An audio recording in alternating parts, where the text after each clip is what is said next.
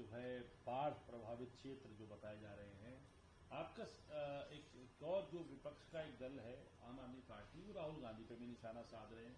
Rahul Gandhi Malaysia में हैं और यहाँ की नई जो है वो आते और मलेशिया के अंदर छुट्टियां मना रहे हैं और उन्हें इन बात की फिक्र है। दोनों बातों को कैसे देखते हैं? Rahul Gandhi leader of opposition है, आम आदमी पार्टी की सरकार है, जिम्मेदारी आम आदमी पार्टी की प्रदेश के अंदर है, केंद्र में भाजपा की सरकार है, जिम्मेदारी प्रधानमंत्री जी की है कि प्रधानमंत्री जी देखें और प्रधानमंत्री जी क्या पंजाब के लोगों के लिए कर रहे हैं ये पूरा देश देख रहा है।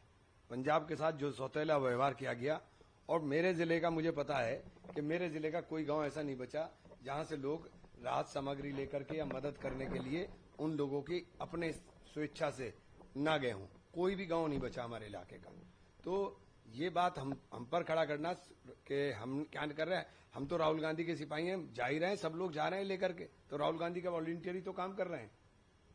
सर, इसके अलावा आप कैसे देखते हैं जो कांग्रेस के अध्यक्ष खड़गे जी ने एक बयान दिया कि एक तरीके से प्रधानमंत्री देश के दुश्मन बन गए हैं। अगर जिस तरीके से मोदी और ट्रंप के बीच में जो है टाइस चल रही हैं, जो बात चल रही है, देश का नुकसान हो रहा है, तो ऐसे में तो आप देश के आप खुद ही नुकसान करने वाले बन रहे हैं।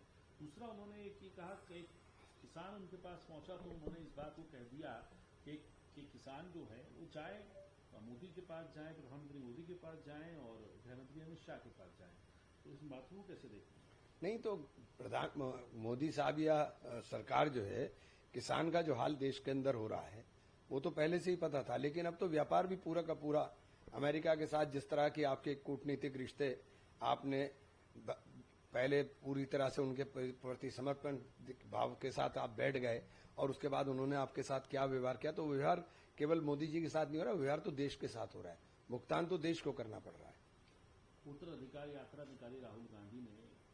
अमित पात्रा कह रहे हैं ये तो घुसपैठिया बचाओ आंदोलन है, क्योंकि इरफान अंसारी कहते हैं कि उनकी कब्र खोदी जाएगी, जो बांग्लादेशी उनको बांग्लादेशी कहेंगे और सब कहेंगे। तो ये तो बांग्ला घुसपैठिया बचाओ आंदोलन किया है राहुल गांधी। नहीं तो घुसपैठिए हैं कहाँ? अब तक आप आंकड़े तो दे नहीं पाते हो। कितने लोगों को आप डिटेंशन कैंप में ले गए, कितने लोगों को आपने आइडेंटिफाइड किया? आप केवल प्रचार करते हो या सड़क के ऊपर 2-4 लोगों को जो बांग्ला भाषी लोग हैं उनको बांग्लादेशी चिल्ला करके आप बांग्ला भाषियों का अपमान करते हो। इसके अलावा क्या है? सरकार के अंदर पिछले 12 साल से आप बैठे हो, आप कर क्या रहे हो? फिर ये सवाल आपके ऊपर खड़ा होता है। उपराष्ट्रपति पद का चुनाव है, आज मॉक पोलिंग भी है। इसके साथ साथ जो पी सुदर्शन रेड्डी हैं, जो विपक्ष के उम्मीदवार हैं, उन्होंने कहा कि देश की आत्मा बचाने के लिए आप लोग वोट करें, सांसदों से अपील करी है। देश की आत्मा बचाने के लिए अपनी अंतरात्मा को जगा लें और देख लें कि देश के अंदर क्या हाल है और फिर वोट कर दें तो सारा माहौल बदल जाएगा। आपको क्या लगता है जो पार्टियां ऐसी हैं जो ना ही इंडिया ब्लॉक में है ना ही एनडीए ब्लॉक में है, एक बिल्कुल थर्ड फ्रंट की पार्टियां हैं, वो लोग समर्थन करेंगी, उनसे क्या अपील करें कि ओवैसी साहब आए समर्थन करने के लिए? नहीं, करना चाहिए सबको। देखिए, संविधान को बचाना है तो सबको समर्थन करना चाहिए। एक और बात है, जब रविशंकर प्रसाद कह रहे हैं प्रेस कॉन्फ्रेंस करके, कह रहे हैं कि एक तरफ अपने आप को वो रिटायर्ड सुप्रीम कोर्ट जज बताते हैं और दूसरी तरफ लालू प्रसाद यादव से मिल रहे हैं जो कि एक कन्विक्ट है चारा घोटाले के। लालू प्रसाद यादव देश के पिछड़ों के सबसे बड़े नेता हैं। आपको पिछड़े बर्दाश्त नहीं होते, आपको दलित बर्दाश्त नहीं होते। दिक्कत ये नहीं है, दिक्कत ये है आपके सामने सबसे बड़ी। सर, एक और बात है, छंगूर बाबा का जो मामला था उसमें जो है एटीएस ने चार्जशीट फाइल करी और कहा कि इस बात की प्लानिंग चल रही थी कि भारत को 2047 तक इस्लामिक इंडिया बनाया जाए। 500 करोड़ रुपए उन्होंने मुस्लिम कंट्रीज। जब 47 के अंदर हिंदुस्तान के अंदर मुसलमान रुका तो अपनी मर्जी से रुका ना। ये इनकी धरती नहीं है। जंग आजादी की लड़ाई हमने लड़ी, इनकी विचारधारा के लोगों ने नहीं लड़ी थी। ये अंग्रेजों के साथ कंप्रोमाइज थे, ये मुस्लिम लीग के साथ मिलकर के देश में नफरत फैला रहे थे। हमें ना बताएं ये बातें। आखिरी सवाल सर, जो शशि थरूर ने एक बात कही एसआईआर को लेकर कि एसआईआर में सभी चीजें जो हैं इस प्रोसेस को होना चाहिए, लेकिन सभी चीजें परफेक्ट नहीं होती हैं।